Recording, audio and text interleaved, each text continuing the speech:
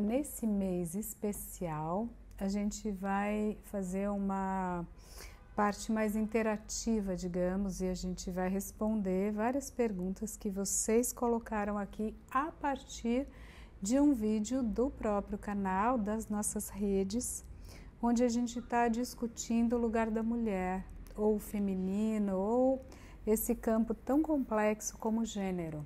Então, vamos lá, se prepara, go!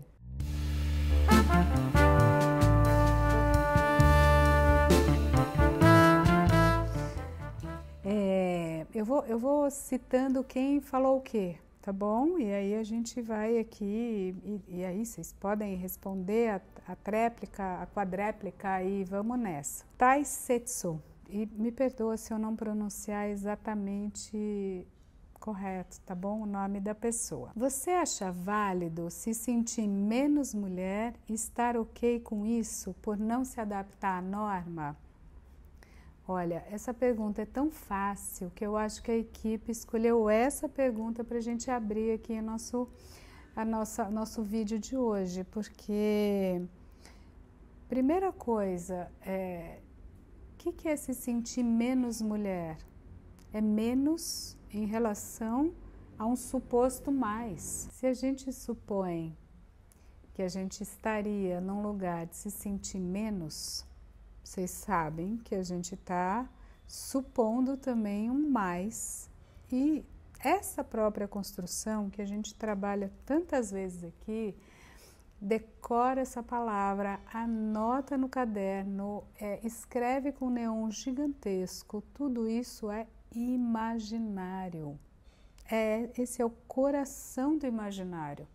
O imaginário, ele tem dois lados, um interessantíssimo, que é propriamente da criação, de imaginar, de criar imagens, de fazer filme, ideia, poesia, fórmula matemática, imaginarizar a realidade de uma outra maneira.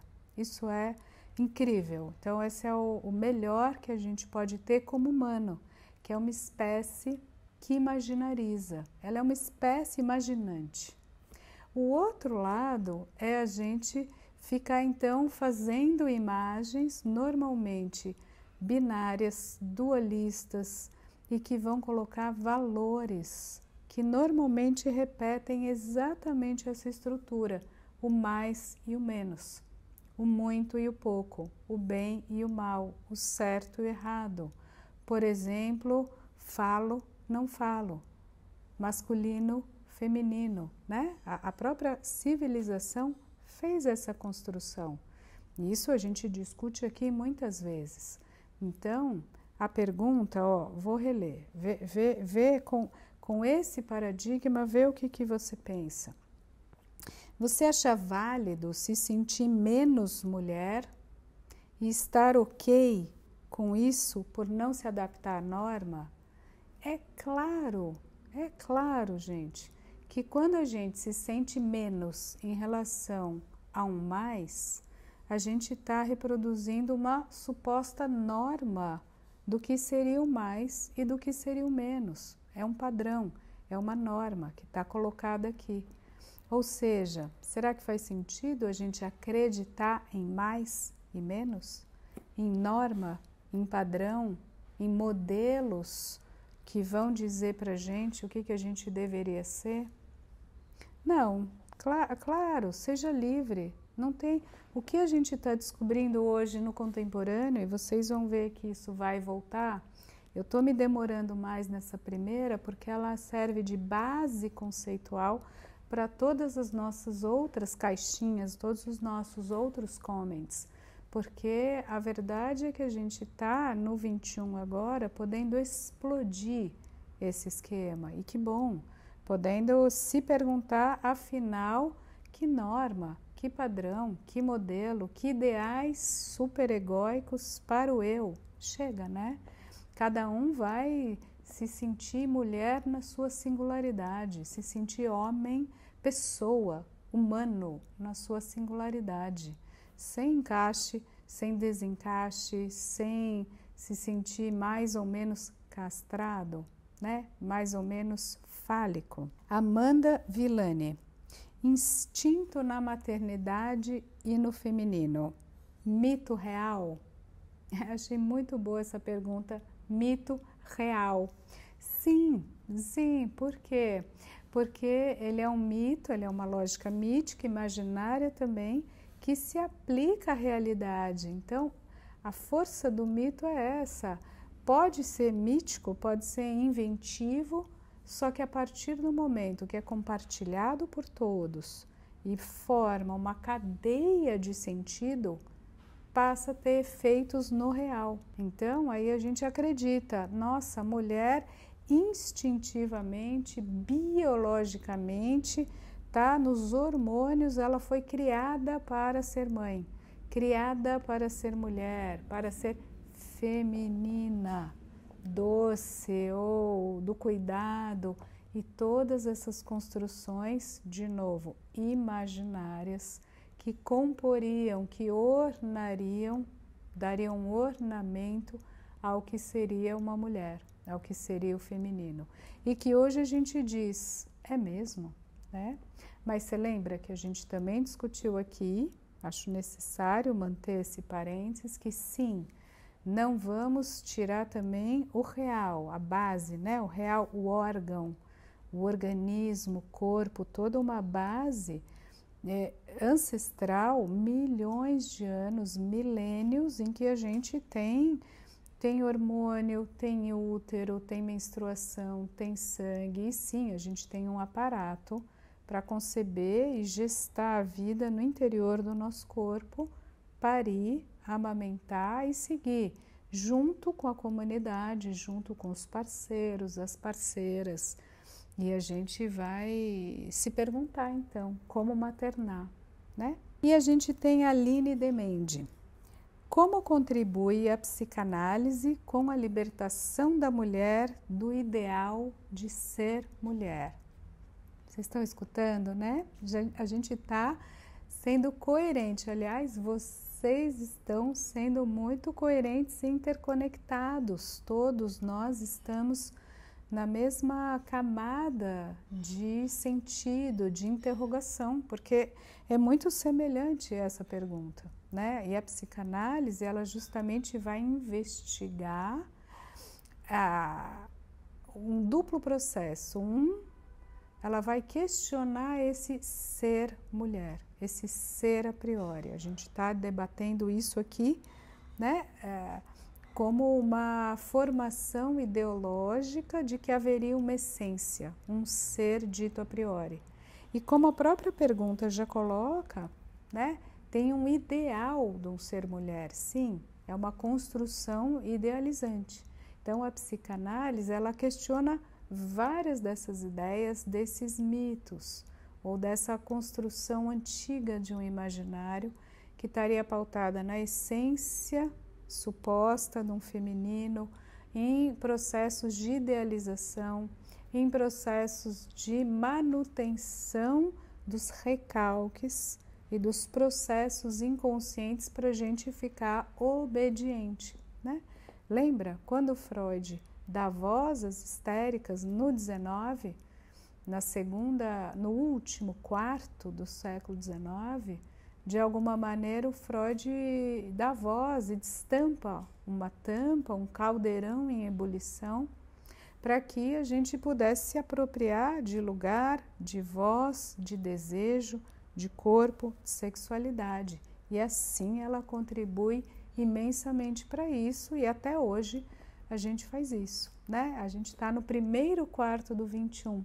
Então, 150 anos depois, a gente está com muito mais subjetivação, apropriação de si, do nosso corpo, da nossa história, do nosso desejo, do nosso lugar político, econômico, social, a voz, né? A Raquel Luna, onde o vir a ser do tornar-se mulher difere do vir a ser de qualquer pessoa humana.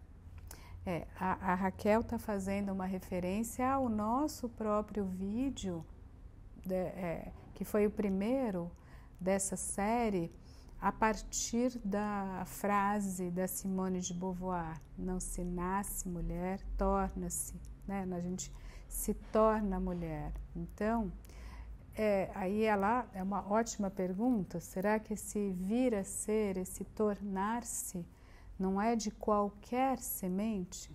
Eu que acabei de perceber e de estar numa experiência disruptiva mentalmente também, esteticamente, enfim, que me diz, me mostra e me ensina que os pinguins, que são duplas monogâmicas, que criam um filho com um nome próprio e que alimentam esse um filho num elo subjetivo extremo, e que são mecanismos da natureza. Então, sim, sempre tem um tornar-se, um vir a ser, que é aquela semente, aquela união de partículas que esbarra, conflita, é acolhida naquele ambiente.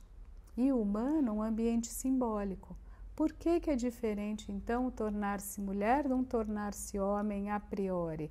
Porque esse caldo, esse ambiente, já tem imaginários antigos, arraigados, inconscientes do que seria um homem e uma mulher. Já tem desenhos a priori, a gente questiona, a gente interroga, às vezes a gente conflita, escapa deles, quebra o padrão, quebra a expectativa, mas eles existem. Então, é diferente por duas coisas. O real do corpo é diferente, menino, menina, os órgãos e como que a gente veio, né? As sementes que estão ali. E dois, os imaginários e o universo simbólico tramado também são diferentes. Então, é a especificidade, é a graça da vida. Não tem um herói que é igual a outro herói, uma heroína que é igual a outra heroína. Cada um é único. E o Matheus Bass. Qual é a causa que leva a mulher a ser machista em determinados casos? Então, essa é uma pergunta muito boa, porque a causa é o que a gente está comentando aqui. A teia simbólica, ela é sempre consciente e inconsciente. A gente introjeta, a gente está o tempo todo sem saber, sem querer, às vezes sem intenção plena, a gente está repetindo identificações inconscientes, você não gosta daquele avô machista que é terrível e que fez sua mãe sofrer. E com quem você se identifica e que trejeitos e que falas você às vezes se vê repetindo. Daquele avô machista que trucidou a sua mãe. Sendo você homem, sendo você mulher. Vamos dizer que eu esteja dizendo de uma mulher, né? Você, inconscientemente, às vezes se identifica com o lado machista daquele seu amigo, do pai, do trisavô. A gente tem privilégios num lugar de uma lógica patriarcal? Tem. E mais do que isso, mesmo você não tendo privilégios, mesmo você sendo, aspas, uma mulher oprimida, será que aquele desenho não te dá algum apaziguamento imaginário de que você pode ser mulher, mas vai ter um falo de cavalo branco, forte, potente para te resgatar, para te salvar? Será que você, menino, oprimido também, não vai ter um grande pai potente, igualmente salvador? Será que você não vai ter um mito que vai te salvar e vai fazer a América forte de novo? Ricardo Reis, número 1. Não basta ser poeta, Ricardo, é número 1. Eu estou brincando, provavelmente é o nome do Ricardo. Existe um conceito universal de mulher? Não, não. E existe um conceito universal imaginário de mulher? Talvez. Sim, então você vê como que quando a gente usa a palavra conceito, a gente está num campo intrincado, porque sim, a pergunta que eu te faria, Ricardo Reis 1, é qual é o seu conceito universal inconsciente introjetado de mulher? É essa pergunta, a pergunta clínica, a pergunta, né, o que me vem, o que me, assim, ó, que me abre os ouvidos ouvindo essa pergunta é rebater, né? E aí dizem, né, gente, aí é engraçado, mas o analista nunca responde nada, sempre devolve a pergunta. É que essa tá incrível, tá didática pra gente. Se a gente se interrogar, né, o que é o autoconhecimento, a autoanálise? É justamente a gente investigar qual é o nosso paradigma imaginário, quais são os nossos ocultos, secretos conceitos inconscientes de uma totalidade, por exemplo, do ser mulher ou do ser homem.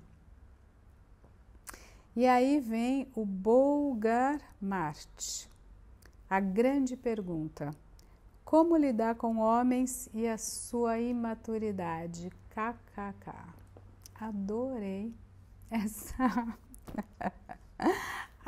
essa risadinha, porque olha, ô Bogart, eu tô contigo nessa pergunta. Se você descobrir, você me conta. Será que, historicamente, né, a gente tinha uma ordenação, essa cosmovisão, esse ecossistema social, eventualmente opressor, mas também apaziguador do que é a vida, do que é o mundo, e que funciona, né? Homens aqui, mulheres aqui, determinados papéis sociais, a divisão social do sexo do trabalho e da visão de mundo, dos desenhos, do que eu sinto, do que eu sou, do que eu penso. E aí a gente foi desconstruindo isso. Para alguns dá muita angústia, a gente está vivendo isso agora, já. E a gente tem backlash, a gente tem retrocesso, lógicas reacionárias, não, volta tudo, isso é coisa de menino, isso é coisa de menina, todo esse debate. Ao desconstruir isso, algumas partes estão mais maduras para falar, olha, ok, é angustiante, então, perder essa visão ordenada de mundo, mas que interessante, acho mais rico, acho mais plural, mais complexo, vamos aí, tanto homens quanto mulheres. Mas, talvez, pergunta, sobretudo para os homens que estão num lugar de ter perdido alguma estabilidade imaginária, estarem mais resistentes quanto a isso. É uma hipótese válida? Entende? Eu não quero ficar num criticismo simplista. Vamos criticar mais os homens, mas, logicamente, quando você está aqui, você perde imaginariamente e realmente lugares, privilégios, certezas, será que isso não dá uma defesa e você resiste a crescer, a maturar? Então, como lidar com isso? Vamos discutir on and on. Vamos continuar o debate. Não tem saída, garotos. Não tem. Garotas também. A gente vai fazer o luto do pai. Vai fazer o luto do falo. Vai fazer o luto do super-herói, né?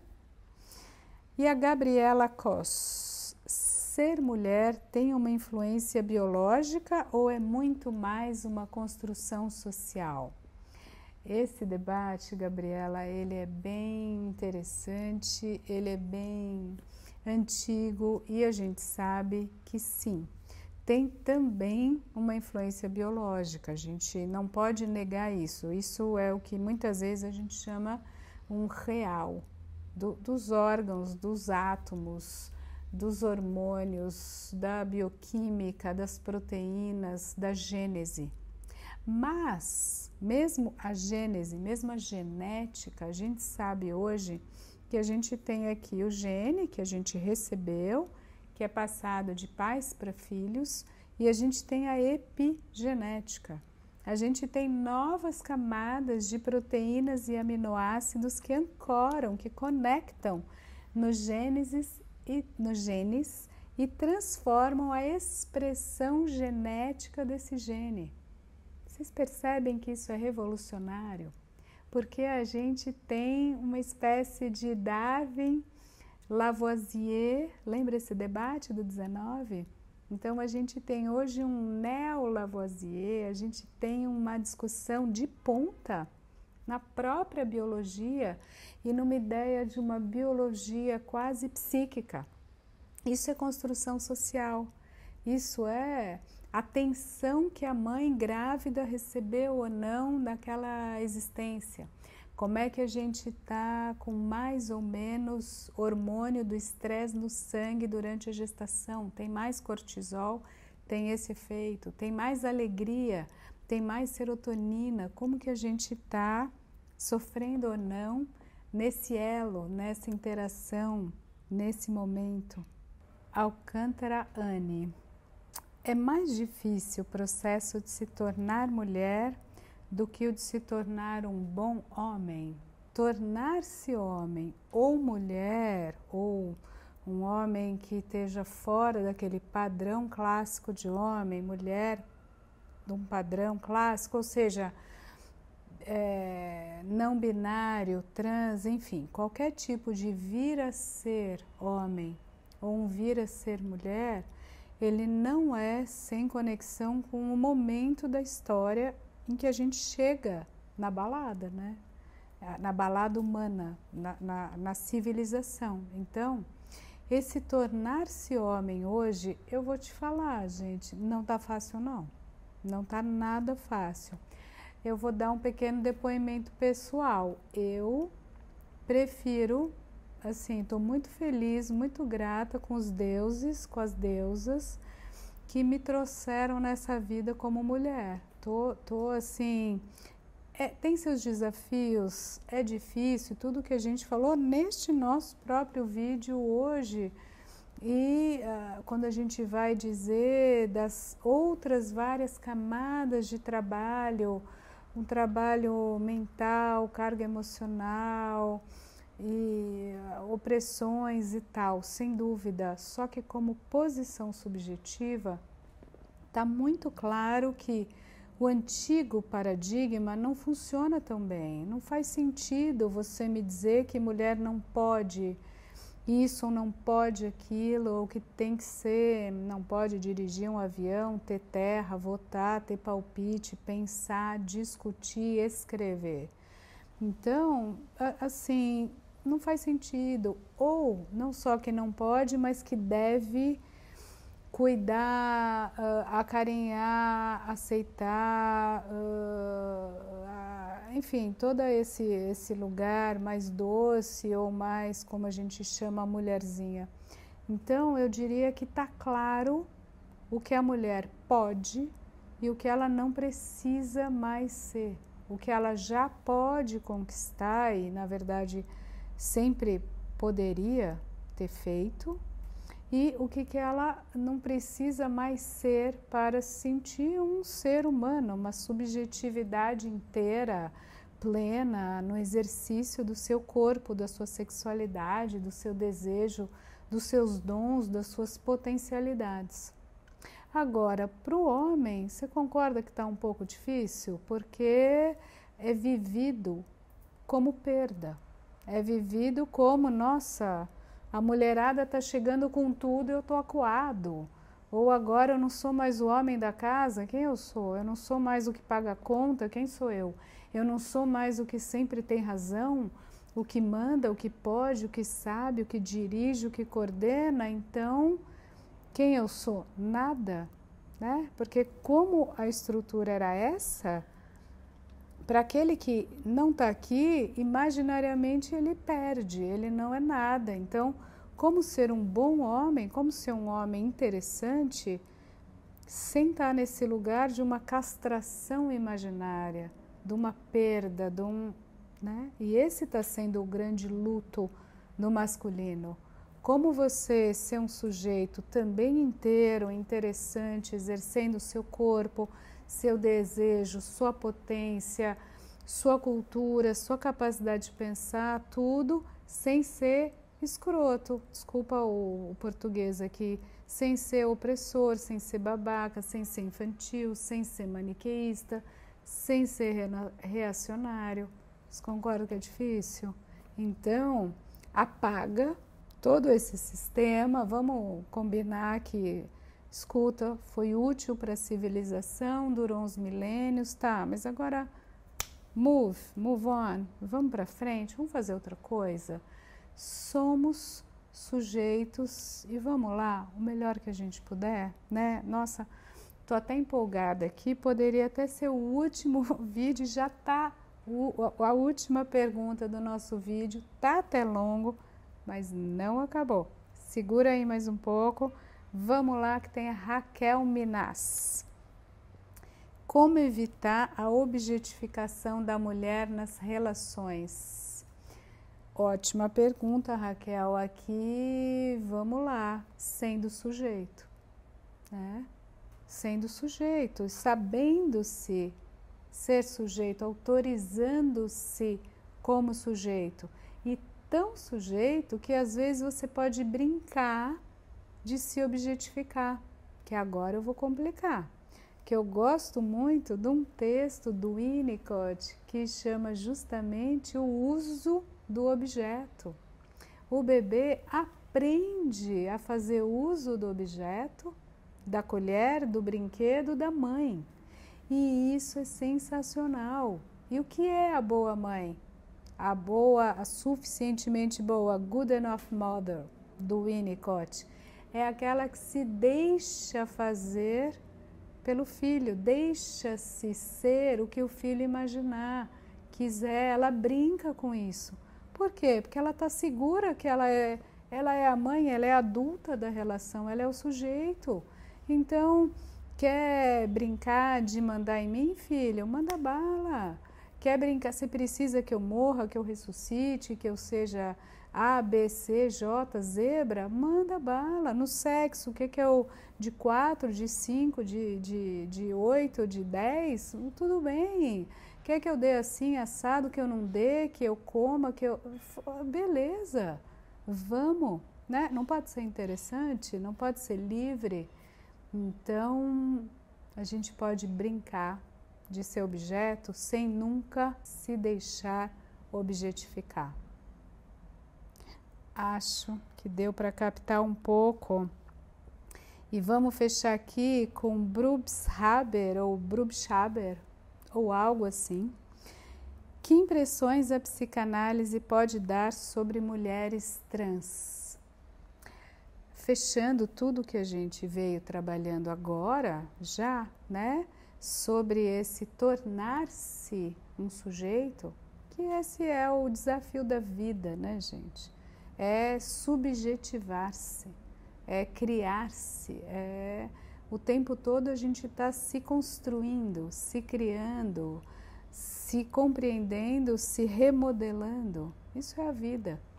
E se no seu processo fez parte dele, de verdade, assim, profundo, para além das modas e tendências e lógicas libertárias, mas se para você foi importante fazer uma transição a partir de uma base biológica, de um sexo biológico, e houve um trânsito, que seja.